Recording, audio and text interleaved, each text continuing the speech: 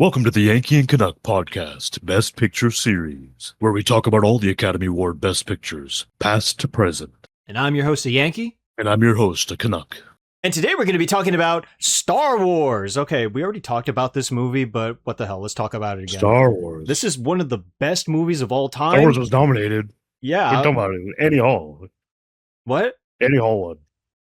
Wait, Annie Hall? Star Wars should have won, but Annie Hall won. Oh. Are you serious? Okay. You messed up again. You did this once before. Okay. All right.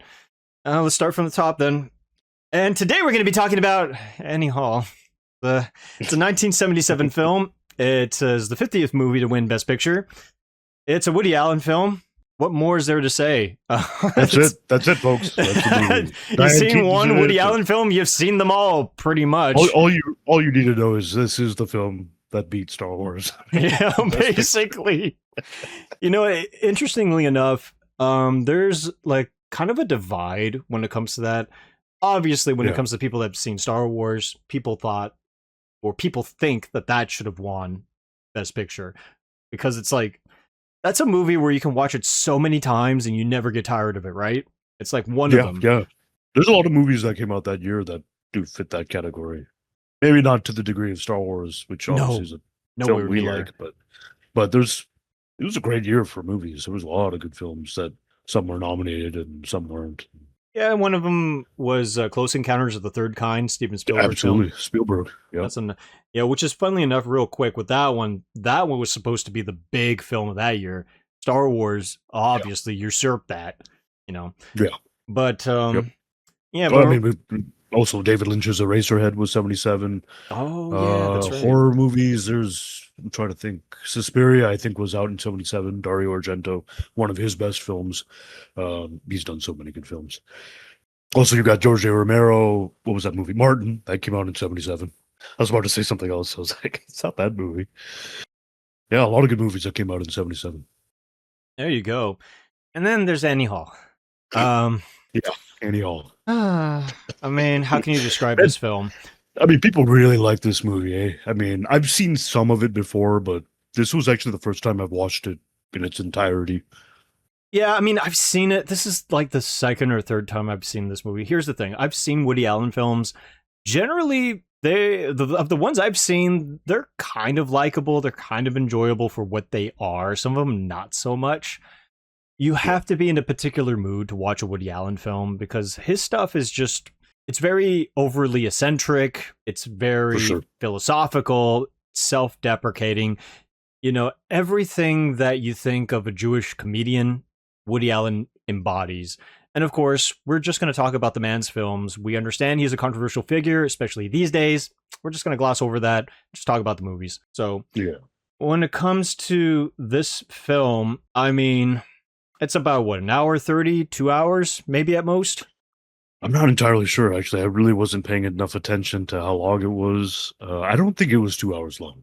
I highly doubt that. Yeah, it was probably like an hour 30. It felt much, much longer is my point.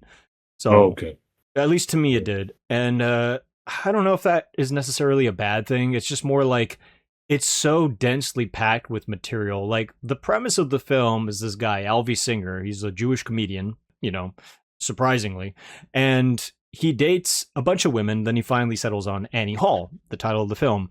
They go through a relationship, it doesn't quite work out, and the whole film is really about this relationship between him and her. Yeah.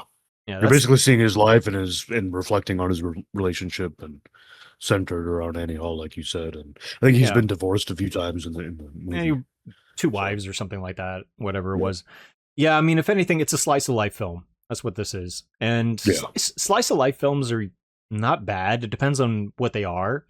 Like, I saw a really good one a few months ago with Brendan Fraser. He's like in Japan and stuff. Oh, okay. He's like an older movie? No, it just came out. It's a brand new film. Came out as of this recording a few months ago. It's about an actor who lives in Japan and stuff like that. So that's a slice of life film, and it's really, really good. You know, it's more of a drama, I would say. This one is like obviously romantic comedy. Annie Hall. It's a rom-com, yeah. Yeah. So I mean, I'll give it that. There are clever things in the movie. I did laugh at a couple of scenes. It's not like it's not funny. Oh, it's a funny movie for sure. Yeah, I mean, it's funny. Yeah, Woody Allen is just like, he's a good comedian. Like, I actually read his book, What's with Bomb. That's a brand new book that just released. And Mm, that's his first narrative book, from what I understand. mhm. Like, he released books before, but they were like autobiographies, whatever. So, my point with the book, though, is that there are no chapter breaks, and it's just one long, continuous narrative. And it's exhausting. And that's how I feel like with this film. By the time it ends, it's just exhausting. Like, oh my god, I'm done. I I know the man has his Yeah, fans. There's like a big cult following surrounding Woody. I can't say I'm part of that cult. It's like I me said, either. I feel like his films are fine for the most part. They're interesting. It's an interesting perspective. And at times it can be funny. He started his career as a joke man. He wrote jokes for other Yeah, comedians and stuff. And really, all this is like, it's just another film where he writes himself in. He's like, oh, yeah, I'm a nervous Jewish comedian. I'm going out there telling my jokes, but, I don't like people, but all the women love me and I sleep with all of them. And I'm like, okay, I see where you're going with this, man. It's just, But yeah, anyway, I guess might as well get into some facts about the film. yeah. I mean, one thing about it is there's a lot of elements to the film and certain things they do, which is interesting. Like the movie breaks the fourth wall a lot, which obviously wasn't new at all. It wasn't, it's been done so many times before this, but it's still not very common at the time, right? So, and it's also, the story's very non-linear, and so it Yeah, jumps around, and you see, different flashbacks and different things at different times, and exactly. there's a cartoon sequence in the middle of the film or whatever. That was kind of an interesting decision to do that. Yeah, but wait. Unexpected. So Well, that part of the film, he was talking about like, everyone was obsessed with Snow White, but I was in love with the Queen. yeah, And yeah, yeah. then they animate him with the Queen and all that stuff, With the yeah, and it's clever. But real quick, when yeah, it comes to this particular film, the original title for this thing was going to be called Anedonia, yeah. Hmm. and I'm surprised it wasn't called The Insufferable Ramblings of Alvy Singer. But I've heard that was the original title. It was going to be that. Yeah, yeah, so I mean, it means the inability to experience pleasure. yeah, So the original plot was originally going to be about a 40-year-old stand-up comedian, going back through his life, and he has a midlife crisis, which is already present in the film, but that doesn't take center stage really. It's more about his love affair with Annie Hall. yeah. But the original premise of the film was going to be like a murder mystery of some kind with a romantic subplot. So he did away with the murder mystery, decided to make it a straight up romance movie. Interesting. Okay, I didn't know that part. I had no Yeah. idea it was going to be a murder mystery. Yeah, me neither. I thought that was kind of interesting too. The You first see cut, him, you see him just following the murder trail to all the five boroughs of New York, just going from here to there. yeah, and he's about to suffer a breakdown through every single revelation he comes across. Oh God, just someone's fucking like following me. They're gonna kill me. They're gonna gut me like a fish. It's just like, oh no. Yeah, yeah. Like imagine funnily enough, because we just talked about like how long was this movie. Apparently, the first cut ran 2 hours and 20 minutes. Wow. Yeah, this would And have it was felt cut like down to about an hour 30. I'm assuming at the top of my head. yeah. He cut out about an hour of footage, and it took about 6 weeks to assemble. So apparently, he claims that he had enough footage to shoot or to release 3 movies. Wow. That was about 100,000 feet of film footage. That's an interesting fact. Yeah, 93-minute running time, so it was an hour 30. So the first cut was described as the surrealistic and abstract adventures of neurotic Jewish comedian. As if the final cut wasn't that, but whatever, we'll run with it. Yeah, yeah, that's exactly what the movie is. But yeah, Annie Hall, the name is actually derived from Diane Keaton, believe it or not. Because her real last name, well, unfortunately, as of this recording, she had since passed away back in October. Yeah, that's right. Yeah, Yeah, but it is named after her, and that's because her real last name was Hall. I did not know that either. Keaton, I think, was her middle name or her stage name, something like that. And Annie is a nickname, a childhood nickname, which I don't understand how you get Annie from Diane. Maybe Diane, Annie. That's probably what it is, actually. I just figured it out on the spot. I think that's it. And also the clothes she wears, it's like a very eclectic sort of style that she has in the film. It's just like, whoa, kind of all over the place. Apparently, that's actually how she dressed back then. And the costume designer didn't want her to wear that stuff. They wanted her to be dressed more like what you expect the romantic, partner would dress up as.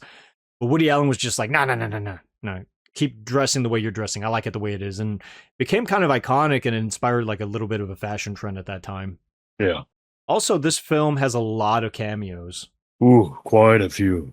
In fact, there's quite a few that I totally forgot about. I forgot that Shelley Duvall was in this film. Totally forgot about that. So I knew, I could remember from the first time seeing the film, Paul Simon, of course. Jeff Goldblum has a line in the film, and so there was quite a few of them I remembered. But yeah, a few. Yeah, Jeff Goldblum does this whole like, he's on the phone for a quick scene. He's like, I forgot my mantra. Yeah, that's literally all he says. That's literally it. Yeah, that's all he does. It's funny that we see Shelley Duvall because she's in a Best Picture winner, and only the film before that was Jack Nicholson and Scatman Crothers. Yeah. All three of them would, of course, go to The Shining. The Shining, correct. Yeah, all of them would star in The Shining. So I thought that was really interesting. Yeah, the time frame. Yeah, the time frame is crazy. As apparently Sigourney Weaver is in this film too. She's actually in the ending scene where Alvy and Annie have their dates and stuff. This is after they broke up and stuff. So they both have their respective dates, and Woody's date is Sigourney Weaver. Oh, interesting. Okay. I don't even remember that. I feel like I would have known that. I love Sigourney Weaver. I feel like I would have. I was surprised. I was surprised when I looked that up and I was like, where the hell is Sigourney Weaver? Is it in the montage or something at the end? Towards the end? It's at the end of the movie, and it's like so it's for a big split second type of thing. Yeah, it's that big. Yeah, I think it's that Nazi film that they play every so often. It's something that the character Alvy is obsessed with watching. Okay, like a 4-hour Holocaust documentary or something like that, whatever it was. Which is just kind of funny how they cut to that, because there's a scene too where they're just like, "What do you want to do, Woody?" Or not, what do you want to do, Alvy? Because he doesn't want to go to the party or whatever it was. And it's just like, and they cut to a scene from that film. But anyway, but like, you can't really tell it's Sigourney because it's a long shot. You could barely see her. There you go. Okay, that's why I didn't recognize her and see her. So yeah, exactly. Sense. So I mean, like, but there are a bunch of other cameos. She's probably like a foot taller than him too. Yeah, I think so. He's a pretty short guy, honestly. Yeah, I think he was like 5'3" or something. And also Christopher Walken. It's not a cameo. He plays a character in the movie, but he plays like Annie's brother. Yeah. Yeah, it's kind of an amusing scene where he's like, "Hey, Alvy, could you help me out? I had this recurring dream." And then Woody sits down, and he listens to him, and it's about this dream about how he wants to drive right into the headlights and incoming traffic or whatever it is. Yeah, he gets the urge to drive. And Woody just responds with like, "Hey, I'm just gonna go back to planet Earth or whatever it was." And then turns out he's the ride back to their. It's the ride back. And he's like looking at him like, "Oh no." See, there are a lot of funny things in the film like that. I mean, I make it sound like it's torture to go through the film. It's just more exhausting. Yeah. That's my problem with the film. I mean, the way I look at it. I mean, look, pretty funny movie a lot of the times, at times for sure. A lot of funny, witty scenes, and some of the humor is kind of, I don't know, intellectual, I guess you could say that. And some of it works, but other times it doesn't, I don't think. But I can appreciate it, acknowledge, some of the literary references he throws in there, historical references within the humor itself, right? A lot of 70s humor is in there, obviously, and which I understand very well, even though I wasn't around in that time, so... Yeah, so I find like a lot of it works and a lot of it's very funny. And although maybe it's unfair for me to say, but I feel like maybe I shouldn't say this, but I feel like our generation might be the last to kind of get this movie, and it resonates obviously more with baby boomers and Gen X, but speaks to them. It's intended for them. Technically, you might be right, but only because we're cinephiles and we're well read and we read a lot of books and articles. So, but the thing is, I feel like some of it still resonates with us. Maybe for those reasons you described, but to a much far less extent to people older than us. But I feel like a lot of the younger generation nowadays, they might not get much of this movie, the references and stuff. And, so I think they may have a tough time with it. I think they may still find some of it funny, but a lot of it might be like, I don't get it. This is boring. This is weird. If any Gen Z people in our audience would like to object to that, go ahead and respond in the comments down below. I'm not saying all of them. I'm just saying like as the years go by, every generation is going to have less reference to some of these points that they make in the film, just like anything else, right? So it goes into a larger discussion about how culture shifts and different things. Correct. I mean, that's more just popular the than order. Different things are out there these days. But yeah, I mean, I mean, that's something that I realized too watching the film. Like, I understand some of these references, some of them not so much. Some of them I'm like, I'm surprised I know that reference.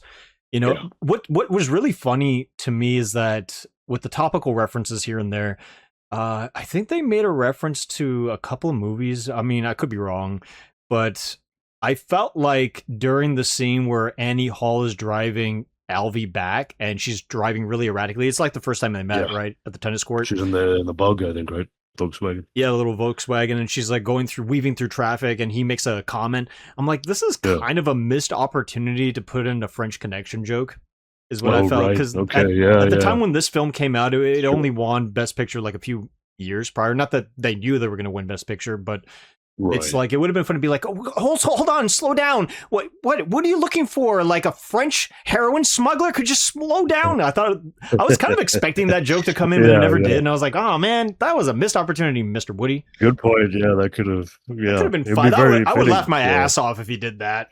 But it would have been Yeah. one of those things where it's just like, unless you've seen French Connection, you're not going to understand that joke. That's the thing. Yeah. I mean, there's a lot of things in the movie that are clever for sure, and but sometimes I found the movie to be a little annoying. Like, dude, Yeah. can you just shut the hell up for a minute? You know, like I It's a don't Woody need to Allen hear movie. every thought you have, and everyone's kind of mental in this movie, man. Like it's kind of Well, that's it's his a lot. style. So yeah, exactly, it is. Yeah. Yeah, I mean, that's the thing. You either like his style or you don't. I tolerate it to an extent. I'm kind of in the middle. Yeah. Like, I need it in low doses, you know, and yeah, microdose. You could just microdose his neuroses and then it'd be fine. You know? Now, to be fair, I haven't seen many of his movies, so I just never was a big fan of. This I've seen movie quite is a- funny, and I mean, I've seen You've quite a probably- few of them. yeah, I bet you've seen. Yeah, I've I seen bet the you've one seen with quite- Jason Biggs. I forget what that one's called. That I like that one. I've seen Midnight in Paris. That movie kind of sucked, and a yeah, lot of yeah. people love that film. I thought it famous sucked. one. Yeah. Yep. I've seen the one with his ex-wife, Mia Farrow. Yeah, Farrell. Yeah. Yeah, I forget what that one's called. I think it's called Alice. That one's pretty good, you know. But the man made so many films. It's real. It would take up a whole episode to go over every single one of them. And I haven't seen them all, but Yeah. I've seen enough where I can understand his style pretty much. This is pretty much the template for it. Anyway, I mean, if anything, I mean, with specific scenes, one of the funnier scenes in the film to me is the cocaine scene. Yes, that was funny and wasteful. It really was, yeah. So the scene to really quickly go over it, it's like he goes to a party. Annie Hall's like a singer, and where she does singing.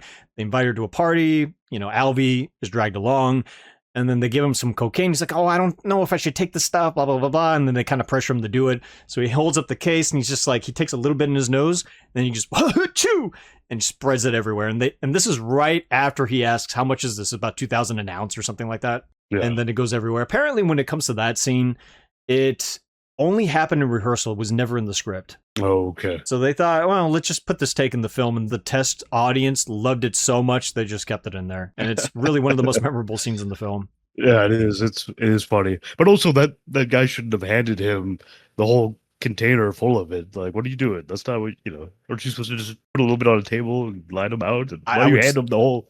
I'm surprised that they I mean- let this guy who's never handled cocaine in his life hold the thing. Exactly. I would have So- never, especially being told like 2,000 an ounce. Like, bro, this is 1977 money too. Exactly. Oh So my god. And but apparently, yeah, it was that was a funny scene though. Very yeah. yeah, it was really good. It's one of those scenes. I mean, even the backstory stuff too, dealing with like he compares Annie Hall's WASP family, white Anglo-Saxon Protestant family, to his own family, Yeah. neurotic Jewish family, and Yeah, they do a cut. They cut it side by side. The scene. yeah, that was something that was pretty intricate to pull off, from what I understand. Yeah. Another scene that I really liked, and it was actually when I first saw this, it was one of the things that stood out to me the most, is when after Annie Hall goes to, I don't know whose apartment it was. It was either Annie's or Alvy's, but they meet up. They pour each other like a glass of wine or something, and they're talking outside in the little patio. Well, that's right after they meet after tennis or something, and they go to her place. Oh, is that the place after she erratically drives? Okay, Exactly. there- That's the Okay, following so that's scene, yeah. the immediate scene. So in that scene where they're talking, and then the subtitles, it shows that their inner Oh thoughts. yes. That's Yeah, a really yeah. good scene. Apparently, that That was is, a yeah. last minute addition to add in the subtitles. And it is Yeah. brilliant because I've actually never seen that before in a film, which is kind of crazy given how old this film is. I feel like I've seen that in some things. I feel like Naked Gun has done it, and I feel like there's a couple I movies feel like I've you're right. seen I feel like you're that have right, done that. Yeah. but this was the Like they're first thinking film. one thing, saying another thing, because they're what their Exactly. true thoughts were, So it's been done for sure, but I'm this might sure. be one of the first movies to do it. That might be the I case. probably so. Yeah, you're probably right on that. But I just remember seeing in this film in particular, I'm like, that is so clever. I like this so Yeah, much. yeah, It requires you to yeah. really listen and read at the same time because it's a rapid fire scene. So Correct. it, it, Exactly. it Yeah. can go by real quick if you're not paying attention. But it's so witty and it's so funny. So Yeah. There's a lot of funny parts. Yeah, the party scene, like you said, the part where they're getting psychoanalyzed, that was pretty funny. And then there's a lot, obviously a lot of one-liners throughout the movie, witty responses, and it's a big part of the film, right? And exactly. one of them that stands out is, and this is one that maybe some people don't get, some people will, but when he says, "Did you grow up in a Norman Rockwell painting?" Yeah. So I don't know what percentage of people that joke would land with, but I thought that shit was hilarious because his paintings are known for being kind of the stereotypical American family. Exactly. The Eating quintessential dinner, or American Thanksgiving is family. the famous one, and Yes. everyday life, and depicting everyday events, and they're really straightforward and simple, and what's Well, wholesome. maybe people Like, our his age will paintings are probably very, well, so people our age would understand that reference because my dad had Norman Rockwell like prints and stuff. yeah. So that was a good. There's a bunch of lines like that in the movie that really hit. They're really funny, and but yeah, Yeah, I mean, there's quite a lot of good in the film. There's quite a lot of tedium in the film as well. There's a lot of yeah, interesting stuff, including the whole bit with the books. Like in the very beginning, when they're first going out chronologically within their time frame, it's like he gets her like these books on death, and she's just like, "What about?" He's like, "Put down that book of cats. Here's some actual reading material." And it's just like, yeah, what the yeah, hell? So I'm obsessed with death, and he goes into this analogy. I forget what the analogy was, or I'm like, we are the yeah. suffering, and there's the miserable and the suffering. I believe what it Yeah, the was. horrible, and the miserable, or Yeah, something. something like that. And it's just like there's the terminal and all that stuff. Yeah, Yeah, but yeah, yeah, and then the rest of us who are just suffering through it. So be thankful that you're in the latter group, not the former group. And I'm like, oh damn. And it's one of yeah, those things where it's just like it's funny, it's amusing, and it's also it gets you thinking too. You're like, oh, okay, I get it, yeah, And once in a while he throws in a joke, and in the end of the film, because like I mentioned, they all break up and they just become friends and whatever. yeah. And the ending joke is interesting too, and that's how he closes it out. And I feel like he didn't know how to really close it off, and so he came up with this joke. And the joke is essentially like a guy goes to a psychiatrist, right? Says, "Oh, my brother thinks he's a chicken," and the psychiatrist is like, "Well, why don't you just turn him in and get him some help?" "Well, yeah, I would," the guy, "but I need the eggs." And he ends with like, "That's why I feel about relationships. Sometimes we all need the eggs." And I'm like, that's very thought provoking. I like that. Mm, That's pretty good. right. Yeah, yeah. Because after In going through this the wild, neurotic banter and witty and craziness and stuff, there are some little pockets of wisdom here and there, but mostly it's just nonsense. yeah, it's absurdist nonsense. Yeah, But yeah, but yeah. I mean, this is definitely a film for its time. Fair to say I think it's fair to say it definitely had an impact on future rom-com films. I think that's definitely fair to say. Pretty good movie in some respects. I thought it was actually pretty funny. It's not really my cup of tea, but I did laugh quite a bit. It has its moments, and not that many moments where you're gonna laugh like crazy, hysterically, but some good chuckles here and there, right? yeah, I And agree. if you want some laughs, I mean, this movie's got it. And that being said, I don't think I'd watch it again. I wouldn't watch it again. Um, Star Wars should have won Best Picture. I've seen A New Hope two I dozen agree. times or something. I I've seen agree. this movie 1.5 times, and I've seen Star Wars 2 dozen times. I could watch A New Hope right now, literally right now, no problem. Any Exactly. day I could watch that movie. Oh, 100%. Same So I have zero plans to watch this again, though.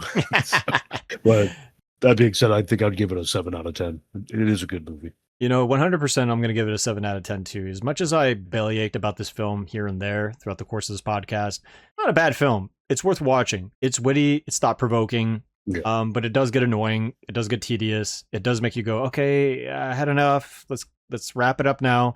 But as you said, Star Wars, I could watch that like till I die practically. It could be my deathbed being like, one more time. That's right, Luke. You can And then blow you up the just Death your Star. body Body disappears and you're one with the force. Exactly. You know, that's a more of a special film. So there's some people that say like Annie Hall deserved it for this, that, and reason, whatever. And of course, at the time, there are a lot of older film snobs that were just like, oh, Star Wars, that's a children's film. Annie Hall deserves it. It is a sophisticated masterpiece. And it's Woody Allen. He is one of the best filmmakers of all time. I'm like, okay. What about Close Encounters? In that case, that's not a children's film. Same, or Eraserhead. Same man. Eraserhead. Was that? But that Eraserhead wasn't even nominated. It wasn't. Of course not. It should have been. Damn it! It's a good movie. But Steven Spielberg, you know, he was a popcorn filmmaker too. He wasn't taken seriously until like Schindler's List and stuff, or Color Purple, or Empire of the Sun later in his career. So, and even then, Spielberg was too early in his career. Yeah. So I feel like, yeah, at this point in time, Woody Allen just happened to have seniority. He made more films. He was more recognized by the establishment, and you know, it's just like, yeah, I could see historically why this thing won Best Picture.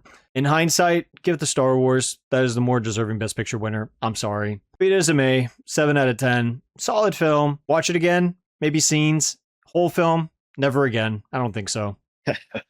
Yeah. All right, guys. And that is Annie Hall. For the next film, it's about a bunch of guys that are forced to shoot each other in the head or something like that. We're going to cover that more in depth when we get to it. And we're almost done with the 70s. And, yes, we are. Well, as always, guys, don't forget to like and comment, subscribe. A lot of y'all aren't doing that, man. Come on. Get in the comment section. Let us know what you think about these movies. Do it. Made it this far. If you made it this far, correct. All right, guys, take care.